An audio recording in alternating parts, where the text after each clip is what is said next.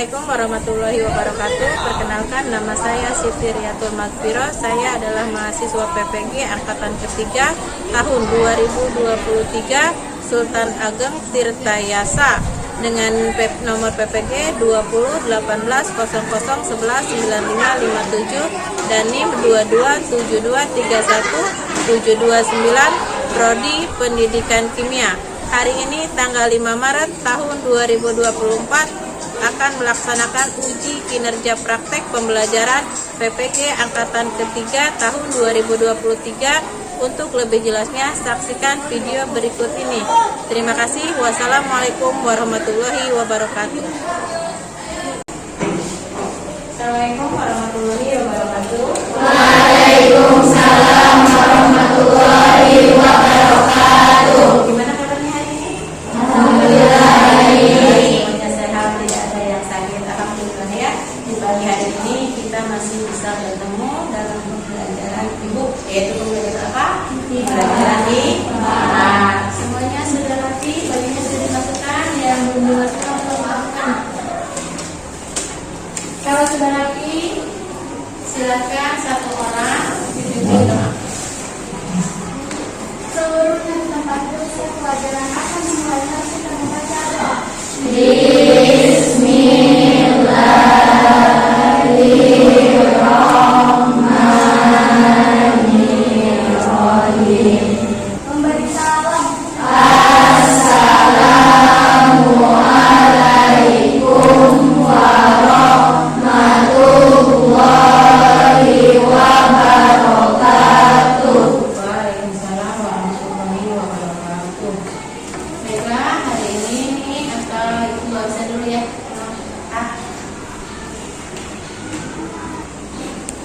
Baiklah, ibu absen terlebih dahulu. Siapa yang tidak masuk hari ini? Suhan masuk? Enggak? Apa keterangannya? Sakit. Aji ada? Adil, ya. Yang tadi ibu udah absen, ternyata ada dua orang yang tidak masuk. Kita hari ini akan mempelajari tentang asam, basa, dan garam. Sebelum ke materi, ibu hanya akan mengingatkan kemarin kita sudah mempelajari tentang unsur, senyawa, dan campuran. Ada yang masih ingat apa itu unsur, senyawa, dan campuran? Oh, silakan Nak. Unsur adalah gabungan yang tak bisa diuraikan menjadi zat lain yang lebih sederhana lagi. Senyawa adalah zat kimia yang memiliki perbandingan tetap. Campuran adalah suatu macam yang terdiri atas dua zat atau lebih yang masih punya sifat zat asalnya. Ya, itu teman kalian sudah mengingatkan apa yang disebut unsur, kemudian apa yang disebut senyawa, dan apa yang disebut dengan campuran. Ya, campuran. Siapa yang masih ingat? Apa contoh dari campuran? Oh iya, silakan. Apa campuran? Nah, contohnya Air, garam, sirup, udara. sekarang ada air, garam, sirup, dan udara. Itu termasuk ke dalam campuran apa? Homogen atau heterogen? Homogen. Nah, campuran homogen. Berarti ya, itu adalah sekilas materi yang disampaikan minggu kemarin. Hari ini ibu akan menyampaikan materi tentang asam, basa, dan garam. Apa sih tujuannya kok kita mempelajari asam, basa, dan garam? Yang pertama, melalui literasi dan diskusi kelompok, kalian bisa menganalisa apa sih larutan asam, apa sih larutan garam. Kemudian yang ketiganya, melalui praktek atau melalui uji coba sederhana, kita akan menentukan ya mana yang termasuk larutan asam, mana yang termasuk ke dalam larutan basa. Melalui apa? Dengan menggunakan indikator buatan. Ya, itu adalah tujuan kita hari ini. Ya, tuh. Sebelum kita menyaksikan video pembelajaran, ya, ibu punya sesuatu. Apa ini? Apa? Jeruk nipis. Ada yang mencicipi jeruk nipis? Apa rasanya? Asam. Nah, dari jeruk nipis ini kalian nanti bisa mana yang termasuk larutan asam, mana yang termasuk ke dalam larutan basa. Pernah makan bakso? Pernah apa yang ada di meja?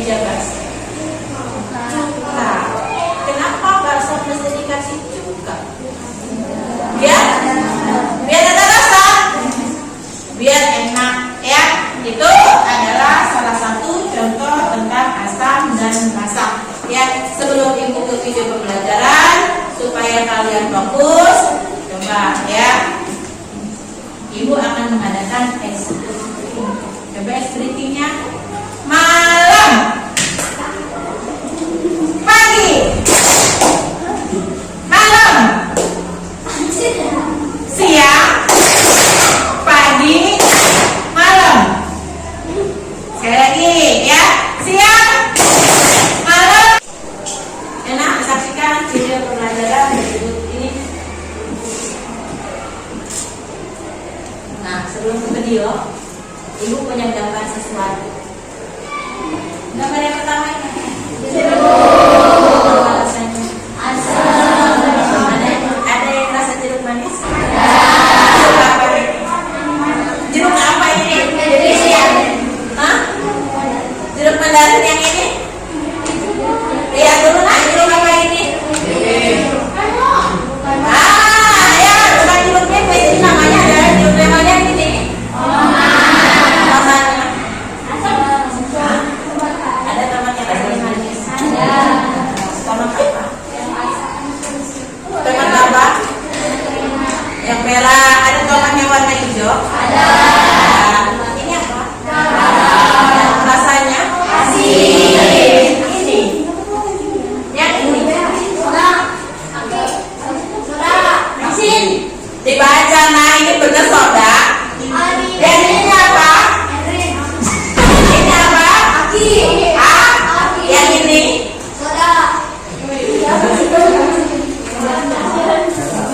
Bensin? Ada yang tahu ini api dikasih air bensin? Air apa? Air aki. Ini adalah air aki yang nanti dimasukkan ke sini. Ya. Kemudian yang ini apa? Sabun apa? Mereknya Royal. Buat apa? Buat mandi. Yang ini? Masker ini mereknya? Nah, dari keenam gambar ini kamu harus bisa, ya, harus bisa apa? Mana yang termasuk ke dalam asam, mana yang termasuk ke dalam basa. Nah, dari gambar ini untuk memperjelas apa itu asam, basa, dan garam, simak video berikut.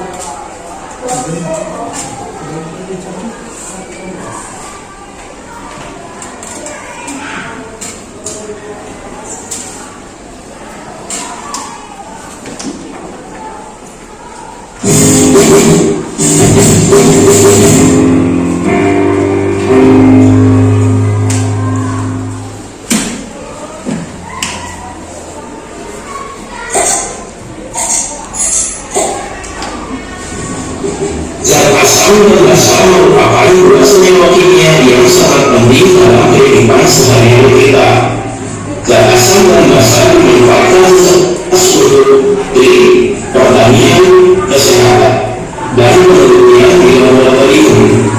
Oleh karena itu, dalam memahami sifat-sifat asam dan basa merupakan hal yang sangat penting untuk memahami berbagai macam jenis zat yang dijumpai dalam kehidupan sehari-hari.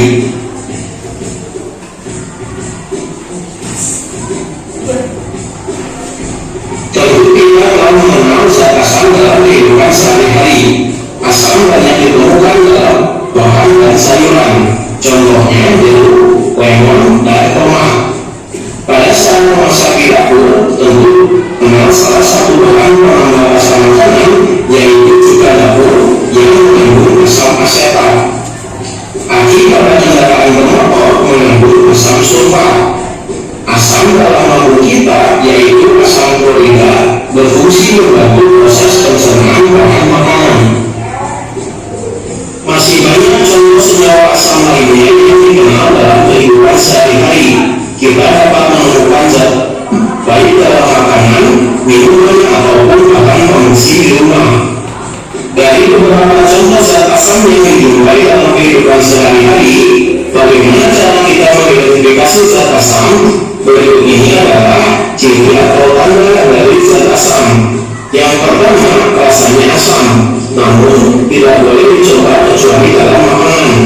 Yang kedua, dapat menimbulkan korosi. Dan yang ketiga, mengubah kertas lapis biru menjadi merah. Sebelum dimanfaatkan dalam sehari-hari, zat asam dapat menimbulkan dampak dilakukan. Contohnya terjadinya hujan asam. Di beberapa wilayah tertentu terjadi hujan asam yang menyebabkan kerusakan pada bangunan gedung dan patung-patung dalam kota. Mengapa terjadi asam? Bila terdapat kadar gas berdarah dioksida atau SO2 dan nitrogen oksida atau atmosfer sangat tinggi, maka gas ini dapat dengan air di atmosfer dan membentuk asam sulfat, asam dan senyawa asam lainnya. Ketika terjadi hujan, air yang dihasilkan bersifat lebih asam dari keadaan normal. Air hujan inilah yang dikenal dengan hujan asam. Gas berdarah dioksida dan gas nitrogen oksida dihasilkan. Pada reaksi netralisasi ini akan dihasilkan garam dan air. Contoh penerapan reaksi netralisasi dalam kehidupan sehari-hari adalah untuk pengobatan bagi penderita kitbah, di mana saat ringan atau kondisi pada asam lambung yang tinggi, maka obatnya adalah senyawa yang bersifat basah. Ya, itu tadi demikian video yang kalian saksikan mengenai asam dan basa. Dari video ini, ya, Ibu harapkan ada satu video atau satu gambar sebetulnya yang harus kalian pecahkan permasalahannya. Video yang mana? Video ketika tadi ada traktor yang sedang mengeruk tanah. Apa permasalahan yang timbul di situ? Misal, begini kalau misalkan petani itu misalkan tanahnya sudah tidak subur, kalau sudah tidak subur, otomatis misalkan tanahnya adalah mengandung asam. Nah, bagaimana kita harus memperbaiki tanah itu supaya apa? Supaya tanah itu subur. Ya, itu ya permasalahannya. Sekarang ya lihat materi yang akan Ibu kita bahas kali ini. Lihat. Ini adalah identifikasi asam, basa, dan garam. Ya. Sifat larutan yang ditunjukkan oleh indikator asam dan basa. Ya, ini indikatornya. Ya, zat warna yang menghasilkan warna yang berbeda dalam larutan asam dan basa antara lain dengan kertas lakmus. Ada yang tahu kertas lakmus seperti apa? Ada yang tahu? Yang ada di gambar. Oh, tidak ada pertanyaan. Ibu lanjutkan, silahkan bentuk kelompok. Ya, seperti biasa ya, 5 atau 6 orang.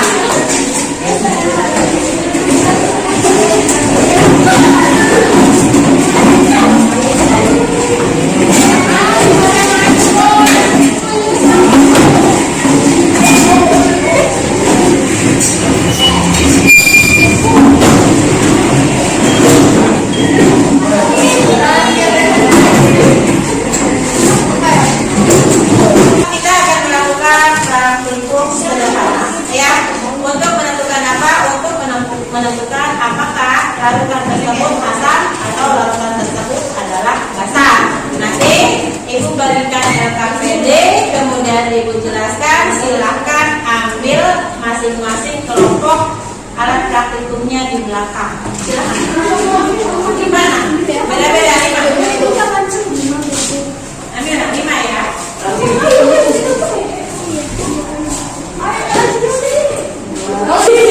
Sudah? Ibu bagikan dulu LKPD-nya, nanti saya menjelaskan.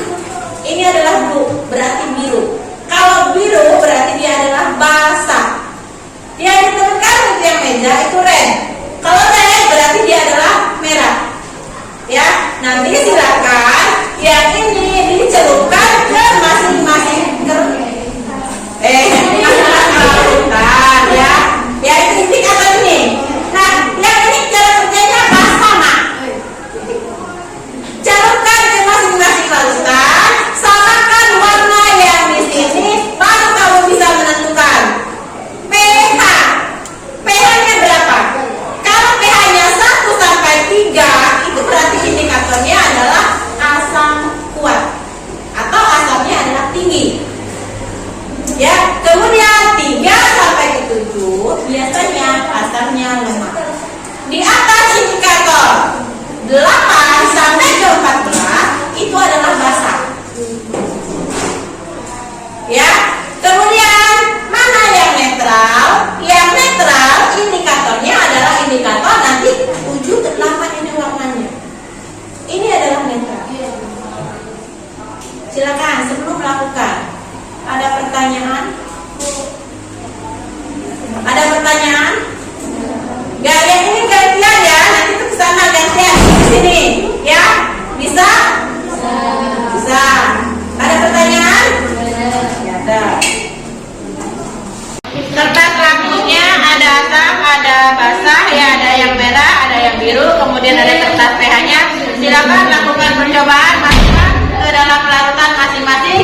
Jika ada perubahan warna, perubahannya silakan dicatat di LKPD. Silakan. Ya. Silakan dicatat.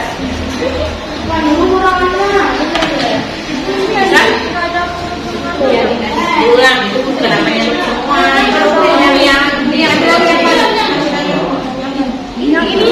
Ya ini kan masih ada yang baru nih, nanti lagi ganti jangan semua biar bisa membedakan. Copotin dulu ya. Yang bukan kena. Kenapa? Kalau yang netral, TPH-nya 7 sampai 8. Itu adalah netral. Sama yang sama. Ya udah berarti pH-nya 7 dengan 8 kalau dia netral.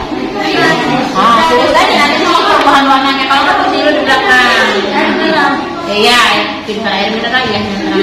Tulis di sini dulu. Kalau nggak di sini langsung nih. Ini kita ini tulis. Nanti berarti di sini kesimpulannya mana? Air apa? Air mineral kan? Oke. Yang udah silakan dirapikan lagi peralatannya ke belakang. Kemudian kita akan melanjutkan dengan presentasi. Silakan dirapikan dulu. Ya, hasil percobaannya dirapikan ke belakang.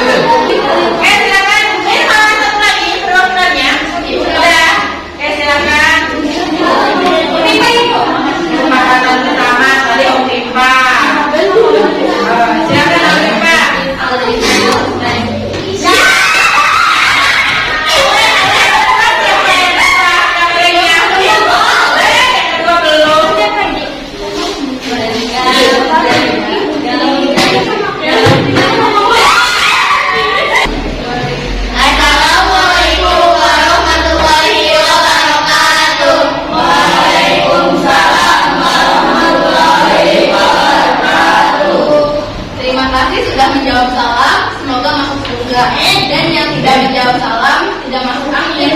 Berdirinya kami memilih untuk mempresentasikan, bukan untuk berekspektasi, karena berekspektasi terlalu tinggi membuat sakit hati. Tak kenal maka tak sayang. Maka perkenalkan kelompok presentasi kami. Jangan ngomong, ayo simak presentasi.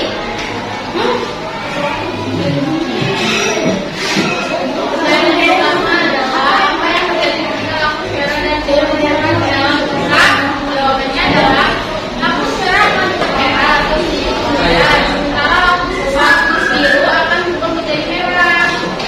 Pakai rumah dalamnya lebih. Jika ada yang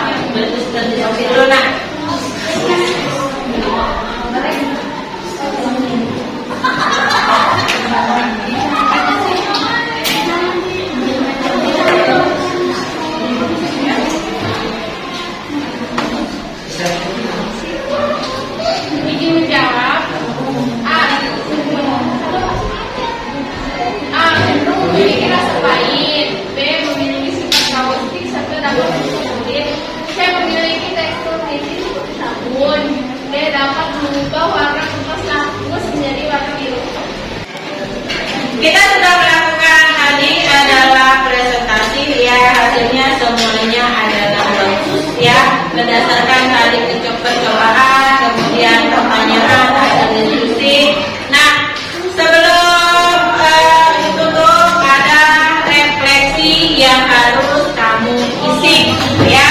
Nanti ibu bagikan refleksi, kemudian diisi.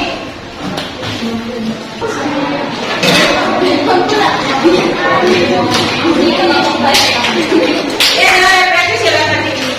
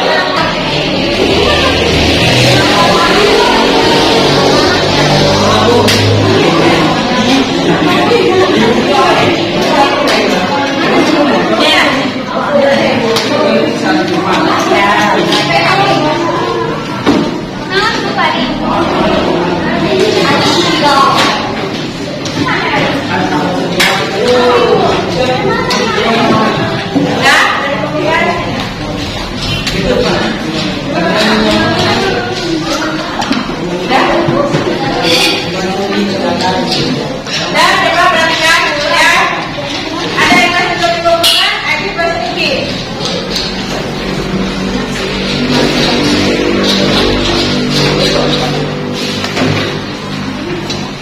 Ya, hari ini kita telah mempelajari tentang kata, bahasa, dan jarak.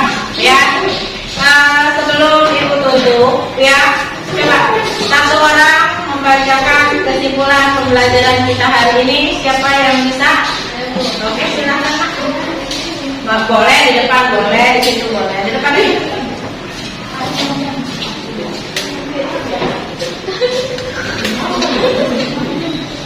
Kesimpulan pembelajaran kita hari ini materi tentang asam dan dasar.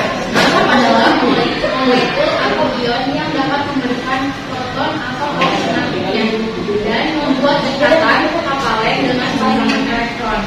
Ciri atau tanda dari asam: 1. Rasa asam. 2. Dapat menimbulkan korosif. 3. Mengubah kertas lampu biru menjadi merah. Basa. Basa adalah zat dalam air yang dapat terionisasi menyebabkan ion hidroksida. 1. Terasa letih di kulit dan berasa agak pahit. 2. Dapat merah menjadi biru. Silakan dilakukan supaya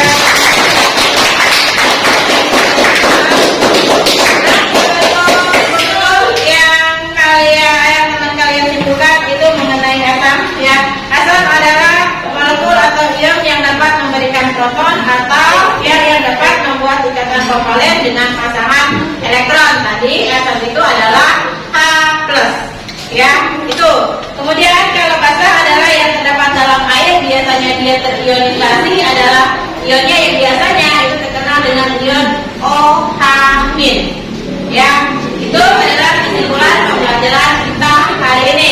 Sebelum ibu menutup, ya, silakan ibu sudah memberikan link Google Form assessment. Silakan sekarang diisi assessmentnya. Silakan nak, keluarkan HP-nya, silakan isi assessmentnya. Silakan.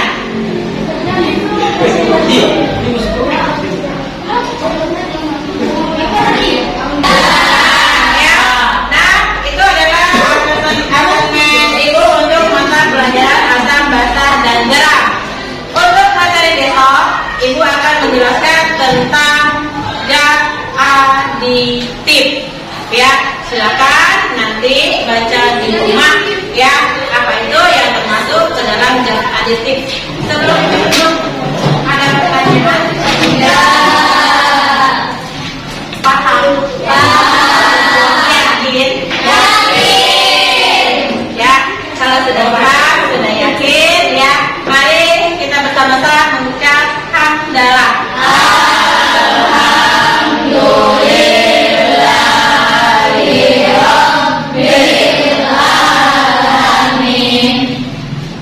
Sebelum pulang, pimpin doa nanti satu orang.